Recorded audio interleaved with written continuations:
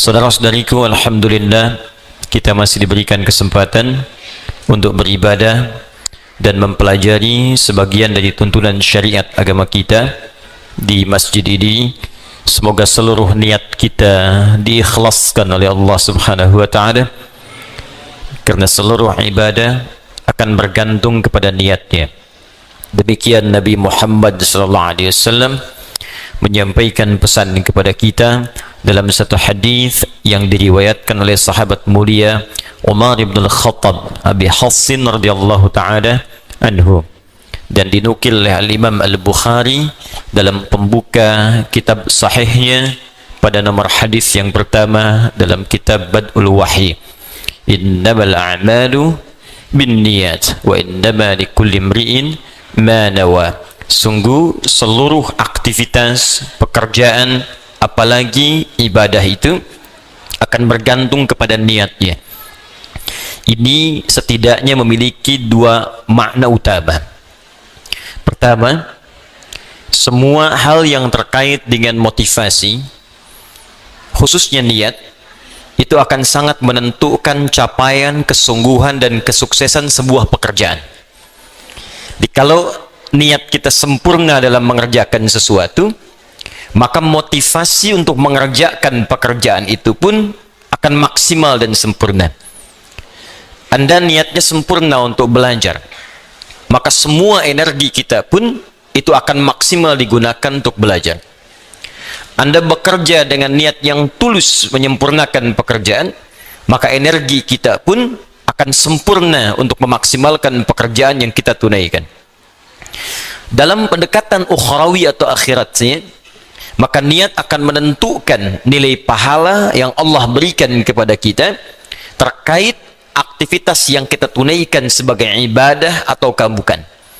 Jadi begitu kita kerjakan diniatkan karena Allah, maka berubah ia menjadi ibadah, dan disitulah kemudian memiliki nilai pahala. Tapi sebaliknya, sekalipun itu tampak ibadah, bagian dari ibadah, tapi niatnya tidak ditujukan untuk kepentingan ibadah, maka dia tidak memiliki nilai pahala di hadapan Allah Subhanahu wa taala. Saya berikan contoh begini, misal dia terlihat seperti ibadah, salat itu ibadah, infak itu ibadah, tapi ada orang yang bahkan dicela oleh Allah ketika salat, tidak dianggap ketika infak. Siapa mereka? Yaitu orang yang tidak meniatkan ibadahnya untuk ibadah. Fawailul lil musallin, celaka orang salat.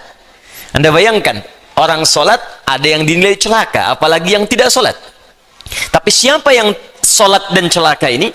Alladzina hum an salatihim sahun, yaitu orang yang lalai dalam salatnya. Lalai yang dimaksudkan apa? Apakah lalai ini lupa rakaat? Apakah lalai ini melambat-lambatkan salat? Ternyata definisi lalai yang pertama yang disebutkan di ayat ini, teruskan ayatnya, alladzina hum yuraun. Pertama, yang lalai dalam niatnya. Lalai dalam niatnya. Seorang yang ibadah, motivasinya ingin dilihat Allah. Ini yang paling pertama dari niat. Ketika seorang ibadah, maka keinginannya dilihat oleh Allah. Itu yang disebut dengan ihsan namanya. Hadis Muslim nomor hadis yang ke-8. An ta'budallaha ka'annaka tara fa illam takun tarahu fa innahu yarak. Maka engkau menjadikan ibadahmu itu semua ingin dilihat oleh Allah. Walaupun engkau tak mampu melihatnya, maka engkau yakin kau diperhatikan oleh Allah Subhanahu wa taala. Ingin dilihat oleh Allah disebut ihsan sifatnya. Orangnya disebut muhsin. Ingin dilihat oleh makhluk salah niat, maka disebut riya namanya. Alladzina hum yuraun. Maka terlihat seperti ibadah tapi disebut celaka oleh Allah Subhanahu wa taala karena gagalnya niat. Demikian infak. Orang yang infak dengan tujuan bukan karena ibadah, hanya ingin dilihat oleh orang lain, maka disebut oleh Allah seperti orang yang bekerja tapi tak ada nilai. Seperti mengumpulkan pasir-pasir yang lembut lalu dihempas oleh buih-buih air yang kemudian menghabiskannya. Quran surah kedua Al-Baqarah ayat 264. Ya ayyuhalladzina amanu la tubtilu sadaqatikum bil manni wal adza kalladzi yunfiqu malahu ria'an nas Hei orang-orang yang beriman, jangan engkau gugurkan, batalkan. Jadi ada yang disebut oleh Allah batal amalnya. Salah niat, batal amal. Dikerjakan tapi tak punya nilai. Kayak orang kerja nggak punya gaji. Orang kerja tak dapat upah. Orang ibadah tak dapat pahala. Dan disebut oleh Allah batal amalnya. Seperti orang infak yang mengerjakan infaknya disertai dengan perbuatan yang merusak. Apa diantaranya? Orang infak yang ria ingin dilihat oleh orang lain. Demikian hal pertama yang kita kerjakan dalam setiap aktivitas, niatkan semua pekerjaan kita karena Allah Subhanahu wa taala, termasuk dalam mengikuti ta'lim yang kita hadirkan pada malam hari ini. Dengan niat yang ikhlas maka sempurna ilmu akan diberikan kepada kita. Dan dengan niat yang ikhlas karena Allah, tingkatkan takwa kepada Allah, maka akan dipermudah kita untuk menangkap dan mengamalkan pengetahuan yang kita pelajari. Itu yang dimaksudkan di intisari Quran surah kedua Al-Baqarah di akhir ayat 282. Wattaqullah wa yu'allimukumullah. Tingkatkan takwamu kepada Allah. Awal meningkatkan takwa kepada Allah memperbaiki niat. Ketika takwa ditingkatkan, wa yu'allimukumullah, maka Allah akan menambahkan padamu tambahan-tambahan pengetahuan. Semoga Allah memberikan kemudahan pada kita, pada setiap apa yang kita pelajari. Kita memulai dengan mendoakan saudara-saudari kita, semoga yang sampai malam hari ini belum beriman kepada Allah, dikuatkan jiwanya untuk bersyahadat sebelum ia wafat kembali kepada Allah Subhanahu wa ta'ala. Semoga para pelaku maksiat pada malam hari ini disadarkan hatinya dan mau bertobat, dan semoga kita bersama mereka wafat dalam keadaan husnul khatimah insyaallah.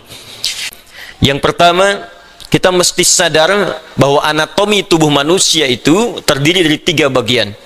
Ini yang diinfokan dalam Al-Quran. Ada fisik, jasad, ada akal, ada roh. Ingat betul ini. Mungkin yang dipelajari di biologi, di kedokteran itu hanya fokus kepada fisik saja, anatomi fisik. Yang dipelajari di pengetahuan anatomi akal.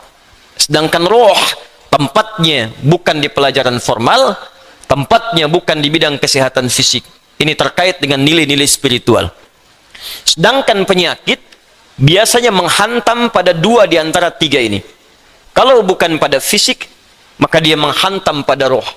Itu yang saling terkait berkelindan. Kalau penyakit akal, biasanya sifat penyakitnya datang dengan sifat malas. Malas baca, malas belajar, ya, malas mengkaji. Itu penyakit akal. Karena setiap bagian anatomi tubuh ini butuh masukan. Dia harus punya karbohidratnya, punya proteinnya, punya vitaminnya. Butuh masukan supaya dia berkembang dan kuat. Ya, fisik kita butuh makan. Maka turun ayat-ayat dalam Al-Quran seperti apa mengarahkan fisik untuk mendapatkan masukan-masukan yang terbaik untuk fisik. Quran surah kedua misalnya ayat 168, ayat 172, ya, dan turunan-turunan yang lainnya. Kata Allah, ya ayyuhan nasu kulu mimma fil ardi halalan thayyiba. Hai semua manusia, jaga fisikmu, cari makan dengan baik. Tak semua yang diinginkan mesti dimakan. Cari yang engkau butuhkan, membuat fisikmu sehat dengan cara yang legal. Kalau tips Al-Quran ingin badannya sehat, badannya kuat, maka kata Allah diantaranya, apa fungsinya? Diturunkan ayat, kata Allah, tidak semua yang diinginkan mesti dimakan. Yang menyehatkan itu yang dikonsumsi.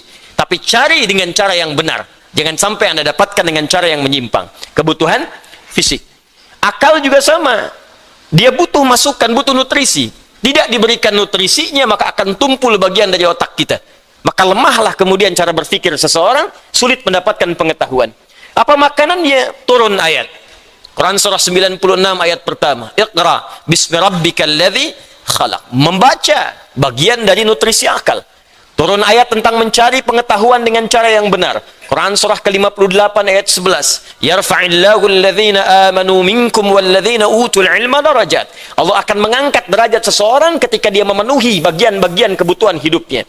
Tingkatkan imanmu. Yang kedua, tambahkan pengetahuan. Quran surah ke-9 ayat 122. Wa ma kana al-mu'minuna liyanfiru kaffah falawla nafara min kulli firqatin minhum ta'ifah liyattafaqahu fid din wa liyunziru qaumahum idza raja'u ilaihim la'allahum yahdharun. Kata Allah, ayo belajar sampai paham, sampai mengerti. Kalau sudah pandai, balik ke kampung masing-masing, ajarkan orang di kampung supaya mendapatkan pengetahuan yang serupa. Nutrisi terkait akal. Ruh Tidak banyak dipelajari.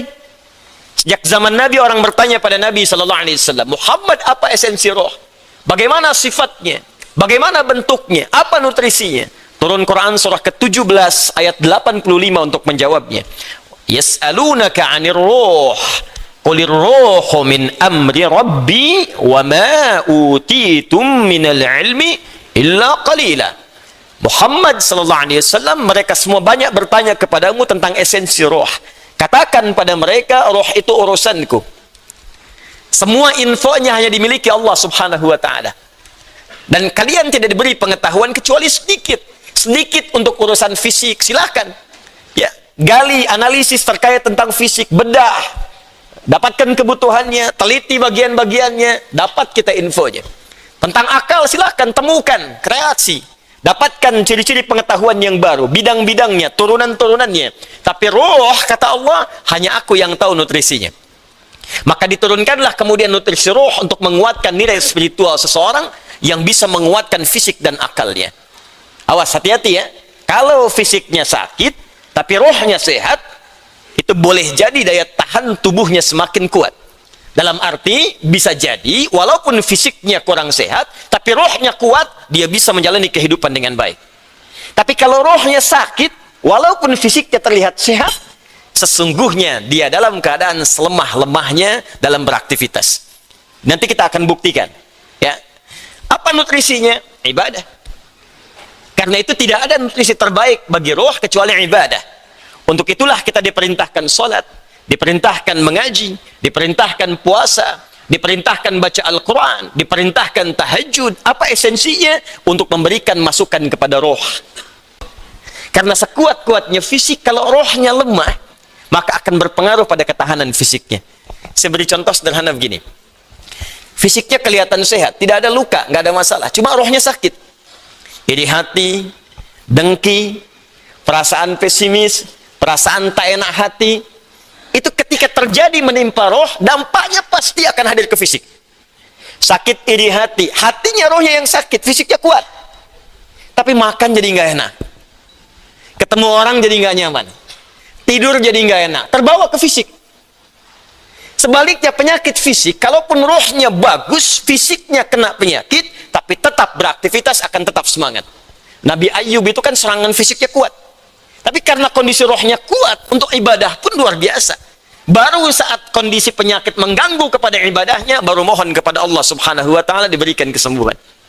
Baik. Karena itu, terkait dengan ini, saya ingin memberikan pendekatan-pendekatan spiritual, bagaimana kita bisa menguatkan roh, sehingga daya tahan tubuh kita untuk terbantu, ya, bisa menguatkan diri, dan setidaknya membangun kepercayaan diri, agar kita tetap beraktivitas dengan sempurna dan sebaik-baiknya.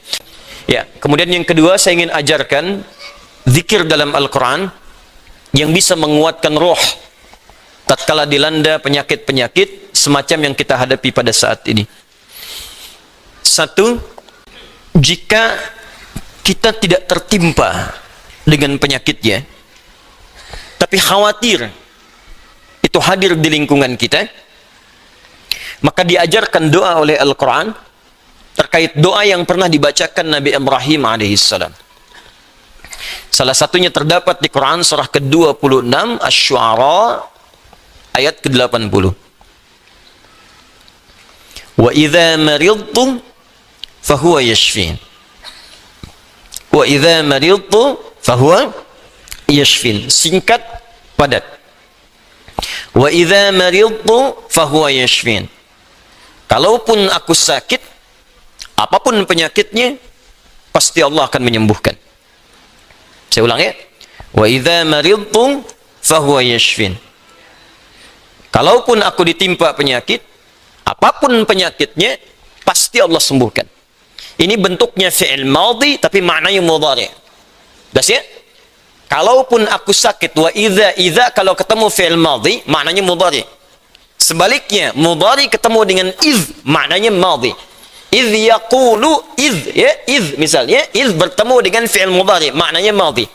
Tapi kalau fi'il madhi bertemu dengan idza, ya, itu maknanya mudhari', akan, belum kejadian. Ya, belum kejadian. Jadi kalau Anda khawatir dengan hal-hal demikian, kata Al-Quran, tetap optimis. Tetap semangat. Ya, jadi kalau ada penyakit, ada apapun di sekitaran kita, jangan sampai berhenti beraktivitas. Kalau menjadi epidemi, jadi wabah, kata Nabi, lakukan karantina. Benar yang dikerjakan sekarang. Yang sakit jangan datang ke tempat-tempat perkumpulan, jangan keluar dari wilayah, kata Nabi, tinggal di situ. Yang tak sakit jangan berkunjung ke situ. Nah, itu perintah yang Nabi sampaikan ketika menjadi kepala negara. Maka kalau sekarang kepala negara atau lewat kementerian menginformasikan, jangan dulu orang asing masuk ke sini. Atau yang kena penyakit jangan berbaur. Nah, itu bagus, kita ikuti. Ikuti. Sekarang DMI, Dewan Masjid Indonesia, memberikan pengumuman. Ada 6 poin di situ. Kita ikuti dengan baik. Ya, jadi kalau yang sedang sakit, sedang flu, batuk-batuk dan sebagainya, dirasakan bisa menular misalnya, maka tinggal di rumah. Sholat. Ya, jangan berbaur dulu, khawatir menular. Itu standar dalam hadis Nabi. Itu biasa. Tapi kalaupun Anda misalnya berhadapan dengan orang-orang dan belum tahu bagaimana penyebarannya, tindakan preventif penting, silakan. Mau pakai masker yang lain. Tapi keyakinan perlu dibangun. Kata Allah, wa idza maridtu fahuwa yashfin. Yakin. Ingat, ajal tidak terkait dengan penyakit. Ajal itu terkait dengan maut. Ingat baik-baik. Ajal terkait dengan maut, bukan dengan penyakit. Ya, belum tentu Anda ditimpa penyakit langsung meninggal, belum tentu. Karena banyak orang sehat pun wafat seketika. Jadi gak ada kaitan penyakit dengan kematian. Ingat ya, kematian terkait dengan ajal. Quran surah ke-7 ayat 34. Walikulli ummatin ajal. Setiap umat ada batas waktu hidupnya. Fa idza jaa ajaluha la yastakhiruna sa'atan wa la yastaqdimun. Kalau sudah tiba ajalnya, maka tak bisa Anda mohon dimajukan, tak bisa pun dimundurkan. Ayat ini ingin mengatakan, sudah kalau mau itu urusan Allah. Mau dengan kematian, mau dengan maaf, mau dengan penyakit, mau dengan yang lainnya, kalau tiba ajal ya meninggal. Kalau belum tiba ya nggak akan wafat. Makanya nggak usah terfikir bunuh diri, nggak ada kerjaan. Ya, minum baygon misalnya 1 kontainer, ya kalau belum tiba ajalnya nggak akan wafat. Jelas ya? Dan kalaupun sedang sakit, jangan dikait-kaitkan dengan kematian. Mungkin yang nengok meninggal duluan. Bisa jadi begitu. Atau dokter yang mengobati, wafat duluan. Ya, mungkin terjadi. Karena itu, kalaupun Anda kemudian, misal ada vonis dari dokter, Anda terkena, Anda suspek, Anda macam-macam. Tidak. Jangan simpulkan dengan hal-hal yang kecil dulu. Ketika Anda simpulkan, dekatkan dengan kematian, justru itu akan menurunkan imun Anda, sehingga kekebalan tubuh itu semakin menurun. Kuatkan. Ya, wa idza maridtu fahuwa yashfin. Kalaupun saya sakit, Allah pasti akan sembuhkan. Tapi jaga diri baik-baik dengan hal-hal yang tadi diisyaratkan. Yang kedua, kalau Anda terkena penyakitnya dan divonis menjadi bagian dari ahli penyakit itu, misal yang sekarang terkena misalnya kena corona atau kena yang lain, kena cancer, kena macam-macam, maka Allah ajarkan zikir yang selanjutnya yang bisa Anda bacakan. Tapi tolong dibacakan dengan penuh keikhlasan dan permohonan kuat kepada Allah Subhanahu wa taala. Saya akan gabungkan 3 surah sekaligus. Insyaallah kalau Anda bacakan dengan benar, di situ ada janji dari Allah seperti Allah janjikan kepada Nabi Ayub, penyakit apapun selain kematian Allah akan berkenan menyembuhkannya. Pertama, saya urutkan dulu dari urutan ayatnya. Quran surah ke-17 ayat 82. Sudah? Ayat 82. Disambungkan ke Quran surah ke-21 Al-Anbiya ayat 83 sampai 84. Nanti saya bacakan ayatnya. Terakhir ditutup dengan Quran surah pertama Al-Fatihah ayat 1 sampai 7. Quran surah ke-17 Al-Isra ayat 82, Quran surah ke-21 Al-Anbiya ayat 83 sampai 84, dan ditutup dengan Quran surah Al-Fatihah ayat 1 sampai ayat 7. Sekarang perhatikan baik-baik. Awas, ini bukan ilmu otak-atik ya. Ini isyarat Al-Quran. Wa nunazzilu minal Qur'ani ma huwa shifaa'un. Ini poinnya. Wa rahmatul lil mu'minin wa la yazidul zalimina illa khasara. Wa nunazzilu minal Qur'an, dan kami turunkan dari ayat-ayat Al-Quran itu ma huwa shifaa'un, ada yang bisa menjadi syifa. Apa itu syifa? Obat. Apa itu obat? Syifa. Ibu syifa, ibu obat. Baik. Obat penawar itu ada 2 nama. Seperti penyakit pun ada dua nama. Satu, obat bagi penyakit fisik yang standar. Disebut dawa namanya. Dawaun. Penyakitnya daun, obatnya dawaun. Ya, ada riwayat mengatakan likulli da'in dawaun. Setiap penyakit pasti ada obatnya. Kecuali kematian. Ya, kecuali kematian. Selain kematian, kata Nabi, ada obatnya. Ya, kalau kita mau kreatif, kita dapatkan analisis, dapatkan hadis. Ya, likulli da'in dawaun. Da itu penyakit fisik. Ya, pusing, sakit perut, sakit gigi, macam-macam. Kata Nabi, Anda kreatif, dapat obatnya. Obat untuk fisik ini disebut dawa namanya. Ada yang kedua, disebut dengan maradun. Maradun. Marad itu lebih kepada penyakit hati, penyakit jiwa, roh. Quran surah kedua Al-Baqarah ayat 10, fi qulubihim marad fazadahumullahu marada. Ada orang-orang munafik yang kena penyakit. Fisiknya sehat, kuat, ke masjid nomor 1, saf pertama dia. Cuma di hatinya ada penyakit. Ya, masuk masjid nyanjung Nabi, keluar masjid mencela Nabi.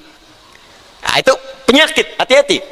Masuk masjid, nyanjung-nyanjung, keluar mencela-cela. Di depan berkata baik, di belakang menjelek-jelekan. Nah, itu sakit. Nah, itu sakit tuh. Ya. Apa penyakitnya? Marad. Obat penyakit hati, maka namanya bukan dawa, tapi disebut dengan syifa. Kalau ada orang iri hati, orang dengki, mohon maaf, orang terkena penyakit hati yang lainnya, maka obatnya tidak akan pernah ditemukan di apotek atau di rumah sakit tertentu. Silahkan Anda datang ke Kimia Farma, datang ke apotek-apotek yang Anda dapatkan di sekitaran, Century dan sebagainya. Tanyakan, ada nggak obat penyakit hati? Ada nggak obat iri hati? Ada nggak obat dengki? Nggak akan ditemukan. Kenapa? Karena mereka khusus menangani penyakit-penyakit fisikal, disebut dengan daun.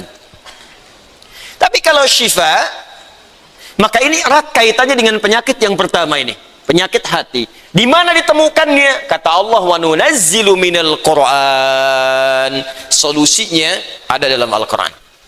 Maka nanti Allah turunkan beberapa amalan-amalan yang saat dikerjakan amalan itu bisa menghikis, menyembuhkan, bahkan menghilangkan penyakit-penyakit hati. Cari ayatnya. Maka Anda akan temukan kalimat-kalimat dalam Al-Quran, ayat-ayat bimbingan.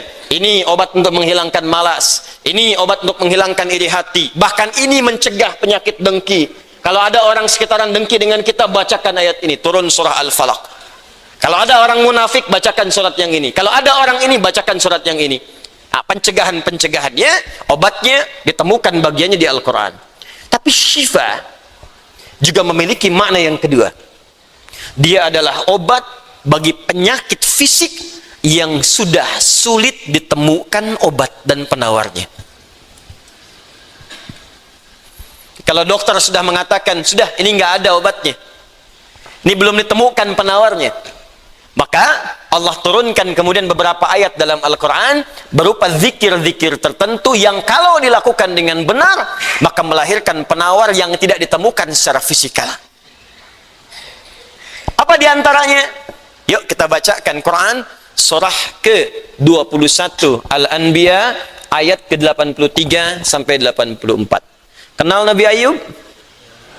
Bagus. Ada yang kenal di sini. Baik. Bukankah ujian Nabi Ayub salah satunya kena penyakit fisik? Bukankah ujian Nabi Ayub alaihissalam salah satunya kena penyakit fisik? Ya.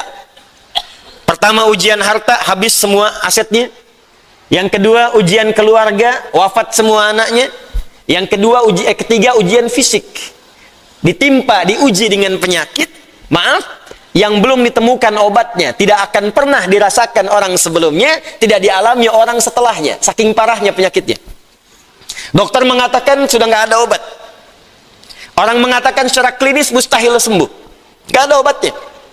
Maka apa yang dikerjakan oleh Nabi Ayub alaihissalam? Ingat, ini pesan dari Al-Quran. Ada isyarat begini, ketika manusia mengatakan, makhluk mengatakan ini mustahil, itu tanda pertama dari Allah supaya langsung kita diminta untuk memohon kepada Allah Subhanahu wa ta'ala.